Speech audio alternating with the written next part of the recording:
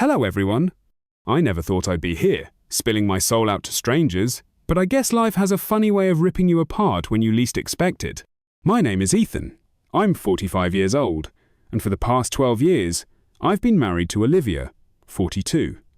She has a daughter, Lila, who just turned 20. I raised her like my own.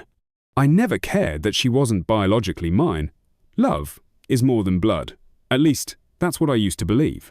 We had what I thought was a good life. Sure, marriage has ups and downs, but I believed in us.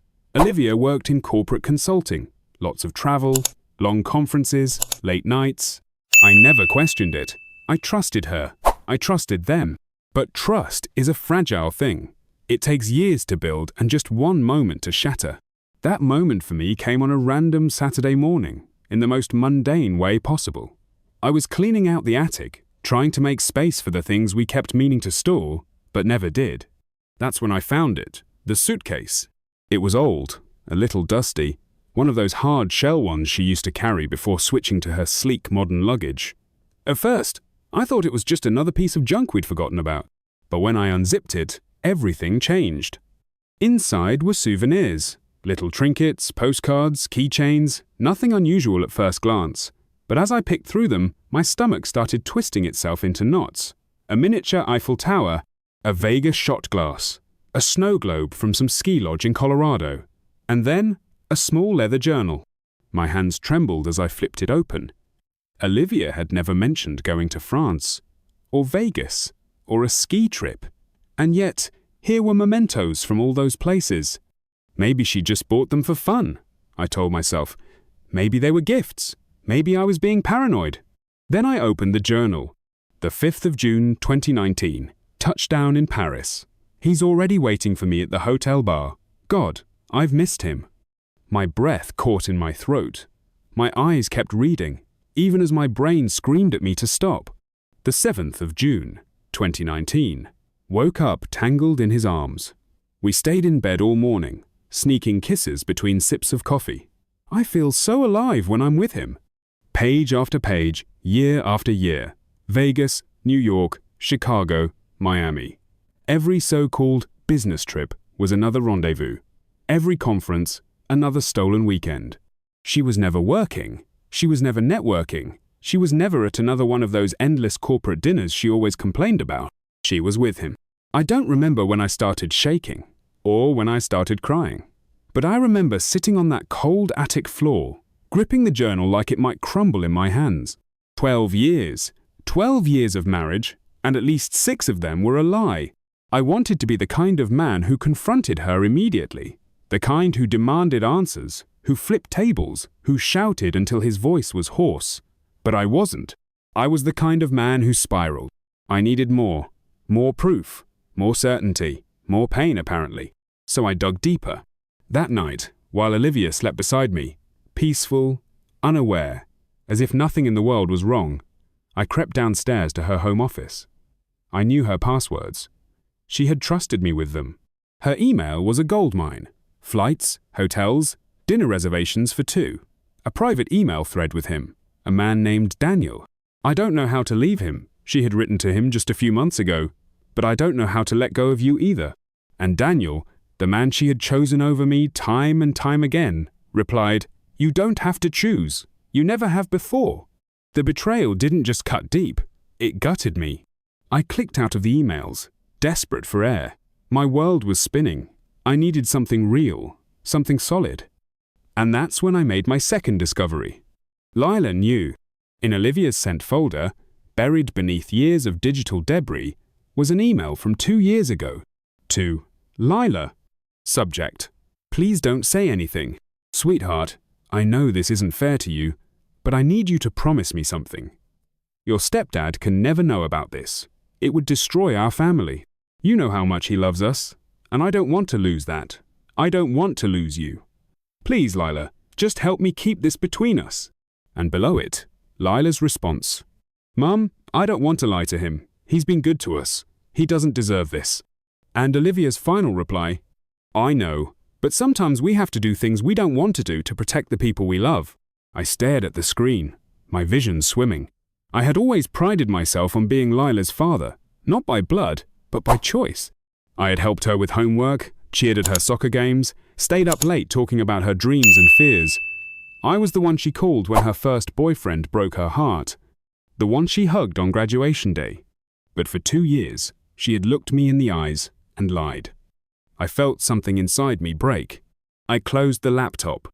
I stood there in the darkness of the office, listening to the distant hum of the refrigerator, the soft ticking of the clock, and I realized, for the first time, that my entire life was a beautifully crafted lie. That was the night I stopped being the man I used to be.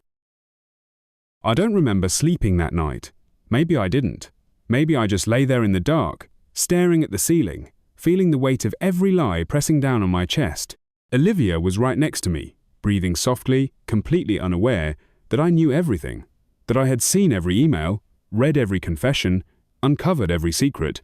I thought about waking her up right then and there, grabbing her by the shoulders and shaking her until she admitted it all, until she told me why. But something held me back. Maybe it was the need for control, for power, for once in this entire situation to be the one who dictated the narrative. So I waited. The next morning, Olivia kissed me on the cheek before heading out to run errands. I wanted to laugh. I wanted to scream. But instead, I just nodded and watched her walk out the door.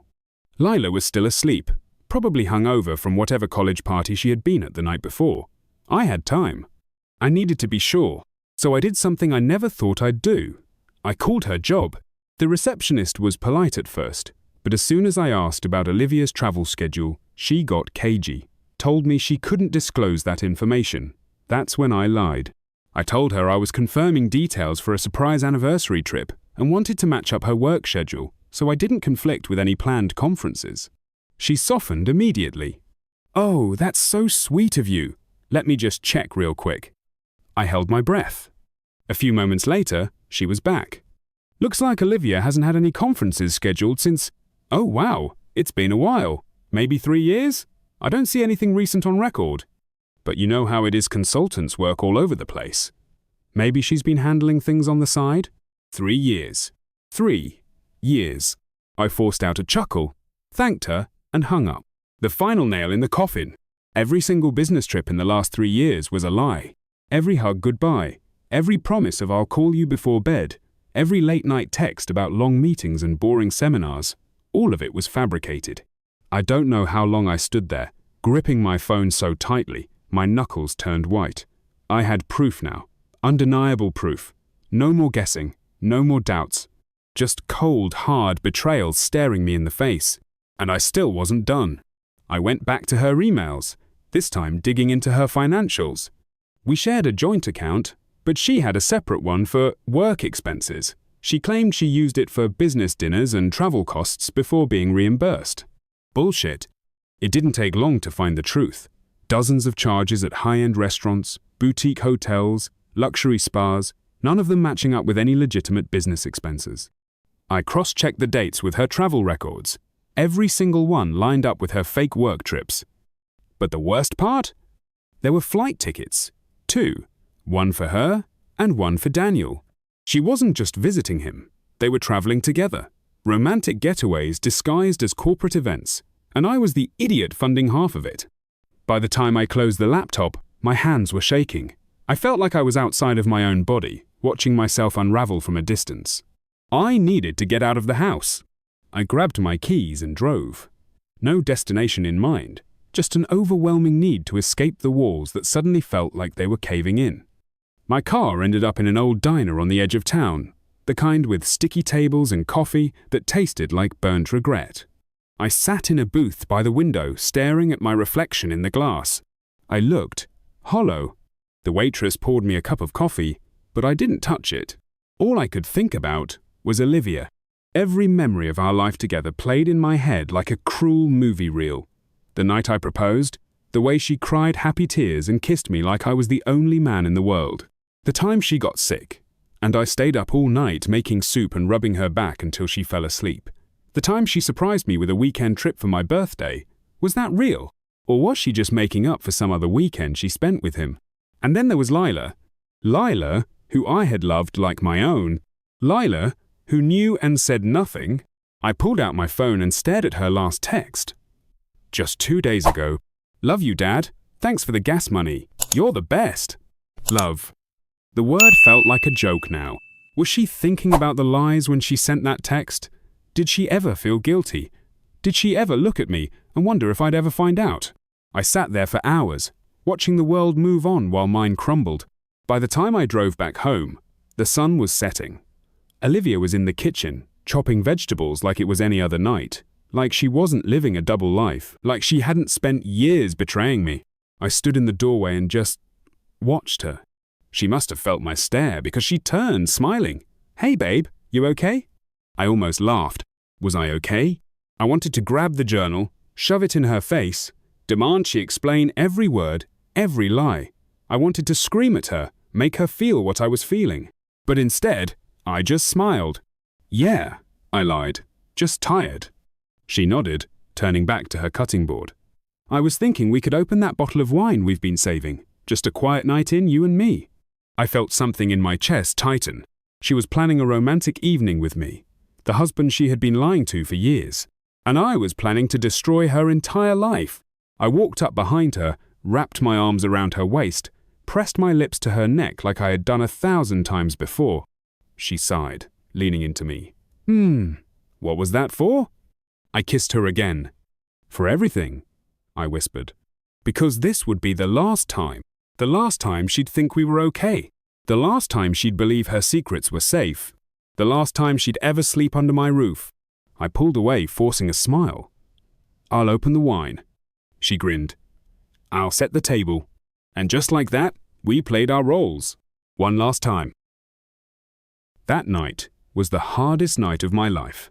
Sitting across from Olivia at the dinner table, watching her laugh, sip her wine, and talk about her day like everything was perfectly normal, it made my skin crawl. Every smile, every glance, every touch felt like a lie. Because I knew. And she had no idea. I played along, nodding at the right moments, laughing when I was supposed to. I told myself I was gathering my strength, waiting for the right moment to strike. But deep down, I knew the truth. I wasn't ready yet. Not because I doubted what I had found. Not because I didn't want to confront her.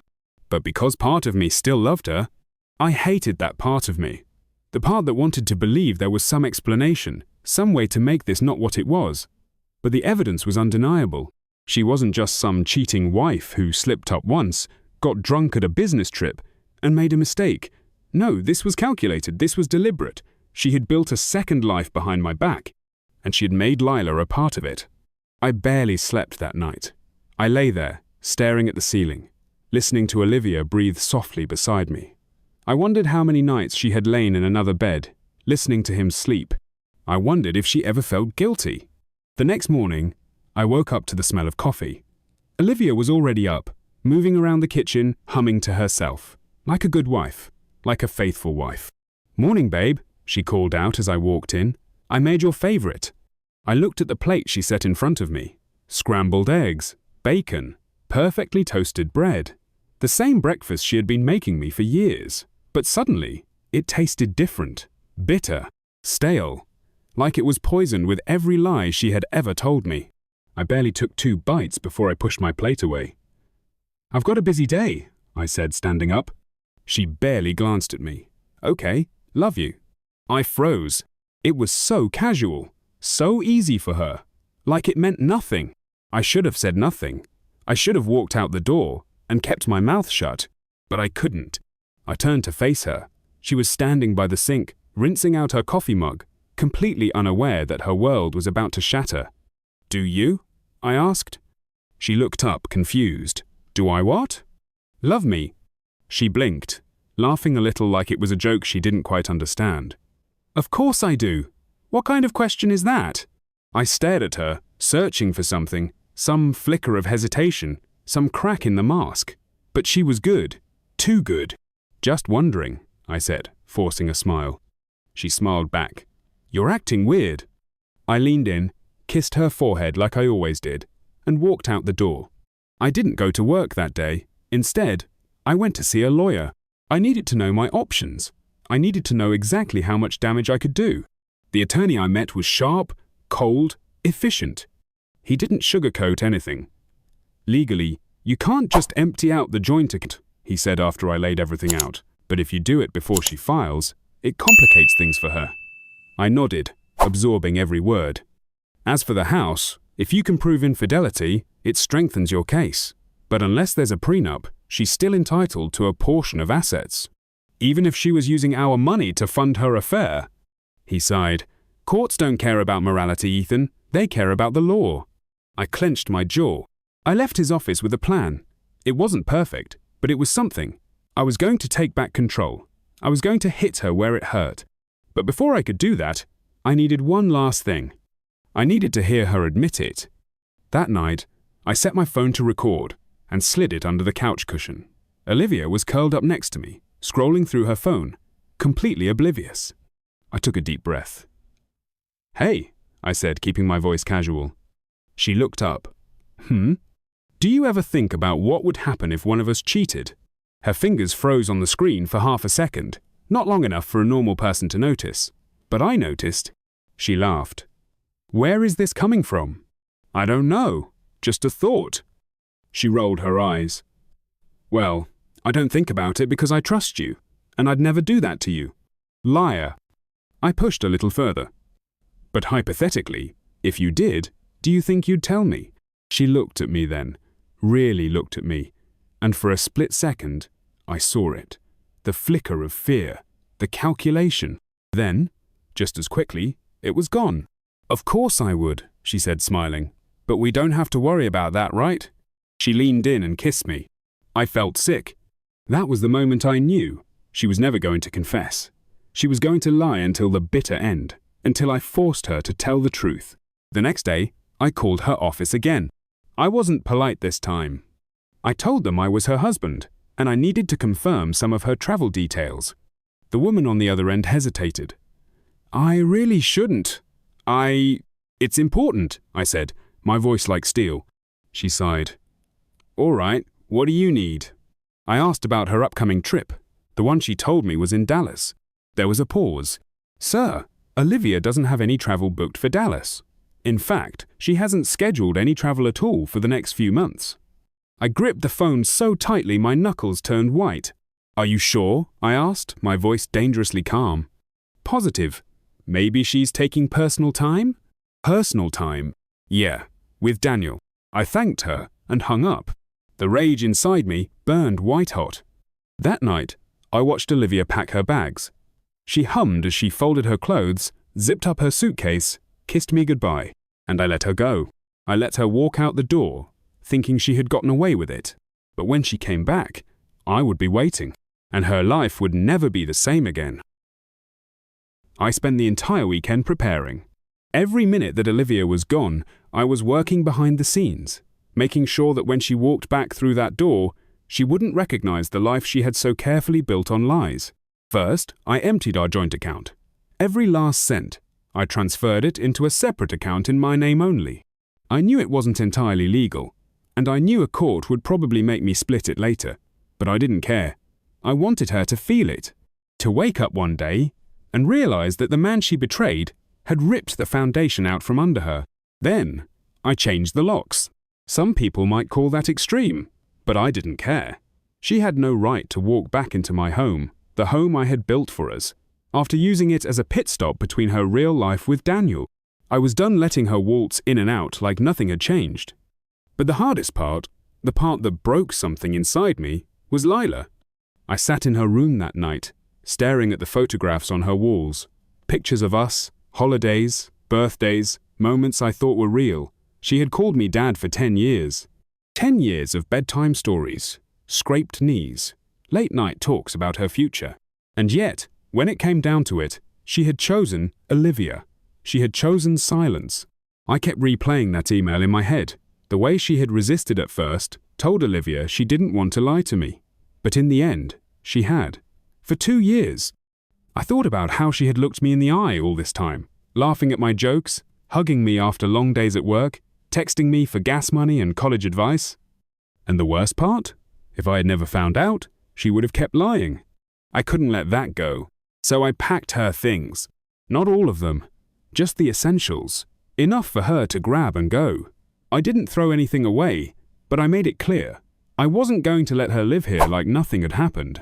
She had chosen her mother over me, and now she could go be with her. By the time Sunday night rolled around, I was ready. Olivia's flight was supposed to land at 9:15 p.m. I sat in the living room, drinking whiskey, watching the minutes tick by. 9:45 p.m., 10:15 p.m., 10:30 MP. Then, finally, headlights. I heard the soft crunch of gravel as she pulled into the driveway, the click of her heels on the pavement, the jingle of her keys as she walked up to the door. Then, silence. She must have tried the lock, tried again, then a pause. I waited. A few seconds later, my phone buzzed. Olivia. Hey, the door won't open. Did you change the lock? I let her sit with that for a minute. Let her feel it. The first ripple of panic. Then I replied, Me? Yes. A full minute passed. Then another text. Olivia, what the hell, Ethan? Let me in.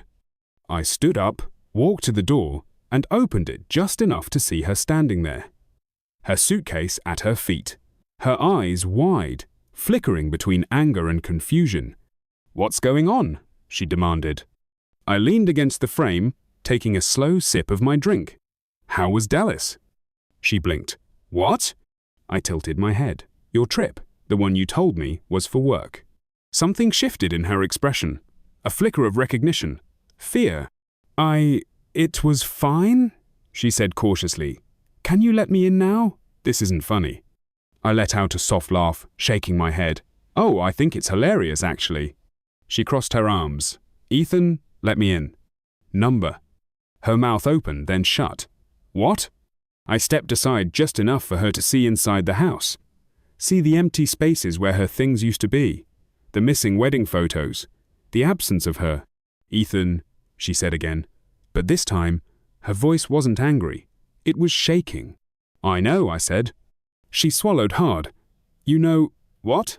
I took another sip of my drink, savoring the moment.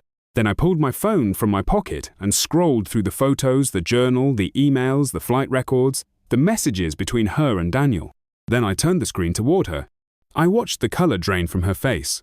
She didn't even try to deny it, didn't even reach for an excuse. She just whispered, Oh my God.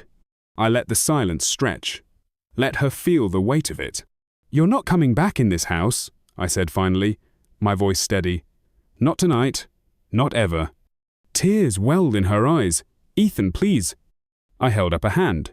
Save it. I don't care. I don't want to hear it. I don't want to hear how sorry you are, or how it didn't mean anything, or whatever other bullshit excuse you've been rehearsing. She wiped at her face. I didn't mean for it to. To last 6 years? I cut in. Yeah, I got that much. She shook her head, breath hitching. I never wanted to hurt you. I let out a bitter laugh. Funny thing about that, you did anyway. Her hands trembled as she reached for me. Ethan, I love you. I do. I just... Number. My voice came out sharper than I intended. You don't get to say that to me anymore. She blinked, stunned. You threw away this marriage, Olivia. Not me. You. Her lower lip quivered. She looked so small, so fragile. A part of me wanted to reach out, to hold her, to comfort her, like I had 1,000 times before. But that part of me was dead. I stepped back, gripping the door. Your sister's expecting you. That's where your things are. You can go there. She shook her head. Please, Ethan. I slammed the door in her face. For a few seconds, there was nothing but silence. Then I heard her sob, a soft, broken sound that might have shattered me if I had any pieces left. She knocked once, then twice. Ethan, please don't do this, she whispered.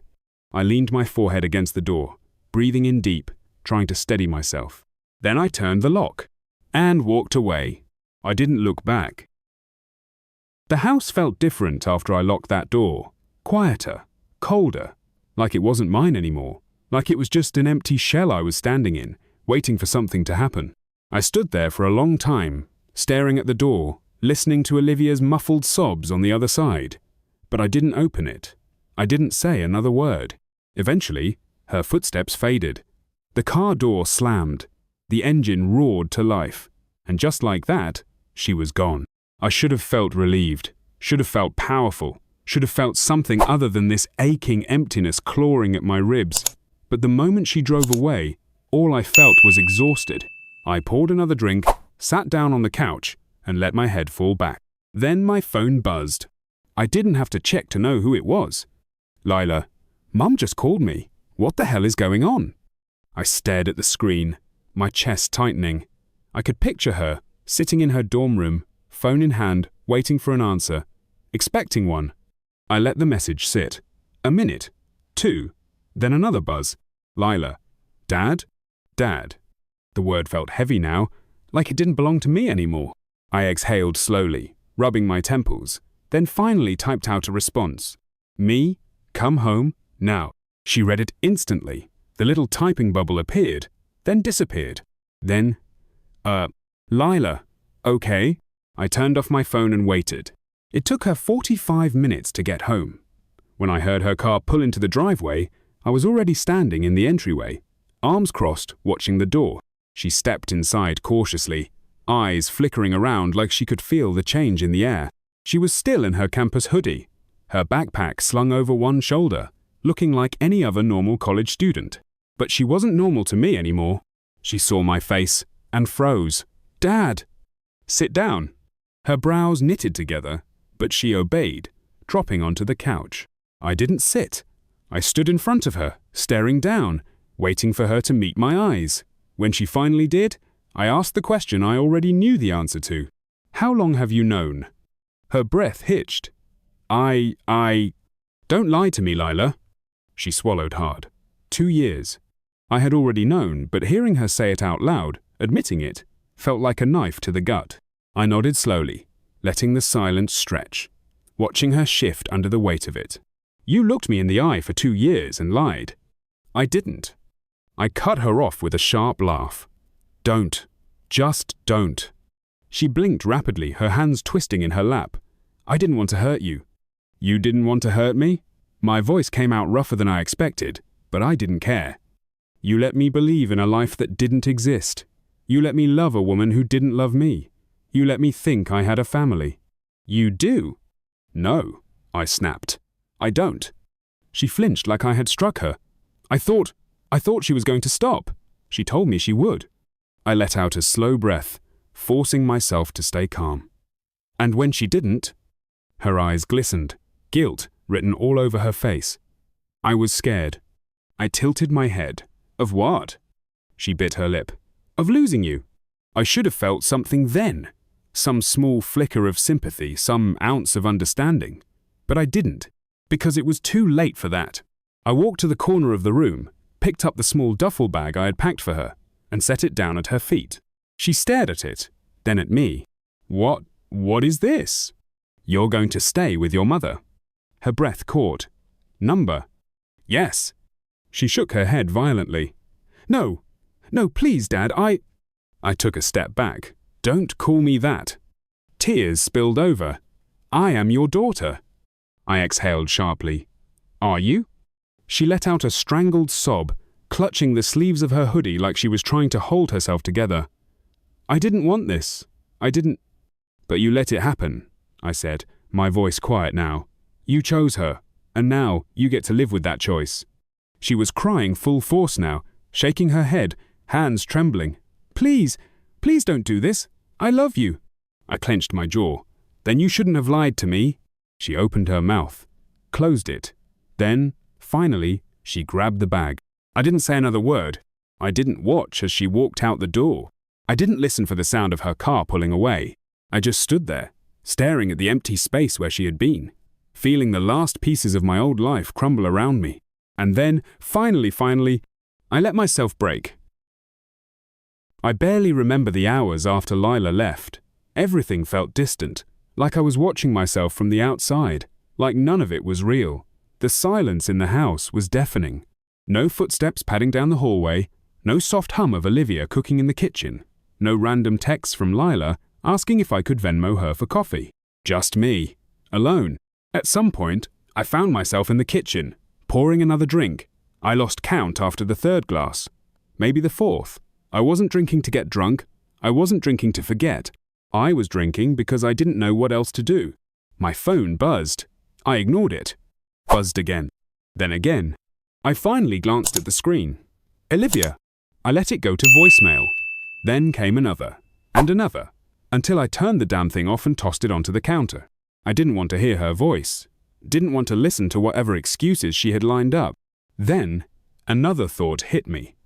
Had she gone to Daniel? Had she run straight to him the second she realized she had no place left to go?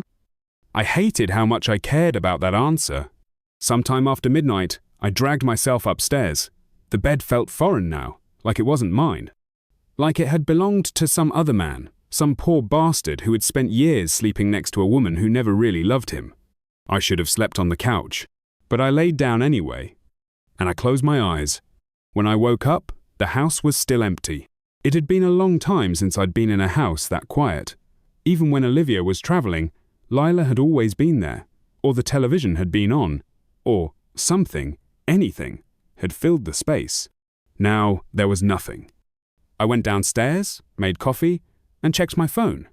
10 missed calls from Olivia, 5 from an unknown number, probably her sister. 2 texts from Lila. I stared at them for a long time before finally opening them. Lila, please, just talk to me. Lila, I don't know what to do. I clenched my jaw and locked my phone again. I wasn't ready for that conversation. Maybe I never would be. I spent the next few days in autopilot. Work, gym, home, repeat. It was like going through the motions of someone else's life. Nothing felt real. Then, on the 4th day, Olivia showed up at my office. I should have expected it. I had ignored every call, blocked her number, cut her off in every way possible. Of course, she wasn't going to let it go that easily. I barely had time to register her before she stormed into my office, eyes red, face drawn, looking nothing like the woman who used to be my wife. "You changed the locks," she said, voice trembling. I leaned back in my chair. "Yeah." She swallowed hard. "Ethan, please, we need to talk." "No, we don't." "Yes, we do," her voice cracked. I don't even know where to start. Try the beginning," I said coldly. "Maybe start with the first time you slept with him." She flinched like I had slapped her. I didn't plan for it to happen. I laughed. Right, it just happened over and over again for 6 years. Tears welled in her eyes. "I know I hurt you. I know I don't deserve anything from you. But Lila, she's suffering. She's barely eating. She keeps asking about you. She misses you." I stared at her. She made her choice. She was a kid, Ethan. She was old enough to know better. Silence stretched between us. She wiped at her face. "I know you hate me." "Hate's a strong word." I shrugged. "But yeah, I think I do." She swallowed hard. "What about Lila?" That one stung. I exhaled slowly, rubbing my temples. "I don't know." "She needs you," Olivia whispered. "She loves you." "She lied to me." "She was protecting her mother." I scoffed. "And where did that get her?" She had no answer for that. After a long pause, she reached into her bag and pulled out an envelope. Set it on my desk. I raised an eyebrow. "Divorce papers," she said softly. I signed. I felt something shift in my chest. A finality. A weight lifting, even if it still left a scar. "I won't fight you on the money," she continued. "I won't try to take the house. I don't deserve it." I stared at her, searching for manipulation, for some angle. But there was none. She really meant it. I nodded slowly. "Good." She hesitated. "Will you at least think about talking to Lila?" I didn't answer. After a long moment, she sighed, wiped at her face again, and stood. "I loved you," she whispered. I didn't say it back. She waited a beat, then turned and walked out. The next day, I went to see my lawyer. Signed the papers, made it final. And just like that, 12 years were gone. I still didn't talk to Lila, not for another 6 months. Not until she showed up at my door one evening, looking lost and hollow, clutching a photo of us from when she was a kid. I almost didn't let her in, but then she whispered, "I'm sorry, Dad." And for the first time, I didn't feel like that word was a lie. That's when I knew. Maybe I could start again. Maybe I could let go. Maybe, just maybe, this wasn't the end. It was just the beginning.